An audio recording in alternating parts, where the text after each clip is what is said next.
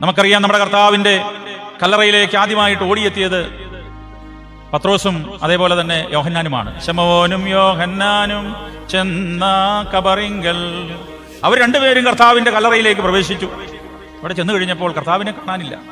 പക്ഷെ അവർ നോക്കിയപ്പോൾ അവിടെ കർത്താവിന്റെ മുഖം മൂടിയതായ കേത്താനാശീല ഇരിപ്പുണ്ട്.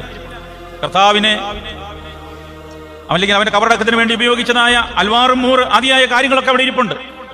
അത് പത്രോസ് തന്റെ കൈകളിൽ എടുത്തുകൊണ്ട് പോന്നു എന്നാണ് സഭാചരിത്രത്തിൽ പറയുന്നത്. തുടർന്ന് ആദ്യമായിട്ട് പൗരോഹിത്യത്തിന്റെ ശുശ്രൂഷകൾ നൽകിയപ്പോൾ പത്രോസ് ഈ കേത്താനാശീല തന്റെ ശിരസിൽ ധരിച്ചുകൊണ്ടാണ്.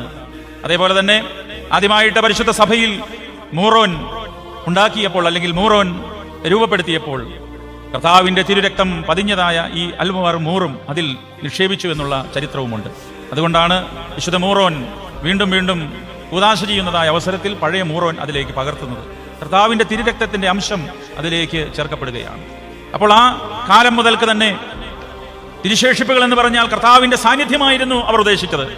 കർത്താവിന്റെ മുഖം നിറച്ചതായ കേത്താനാശീല തലയിൽ കെട്ടിക്കൊണ്ട് പൗരോഹിത്യകർമ്മം നിർവഹിക്കുമ്പോൾ നിശ്ചയമായിട്ടും കർത്താവിന്റെ സാന്നിധ്യമായിരുന്നു പത്രോസ് അപ്പോസ്തലൻ അനുഭവിച്ചുകൊണ്ടിരുന്നത്. എന്നതുപോലെ ഇനി മുതൽ ഇവിടെ അനുഭവിക്കുന്നത് പരിശുദ്ധനായ മോർ ബസേലിയോസ് എൽദോ ബാവായുടെ സാന്നിധ്യമാണ്.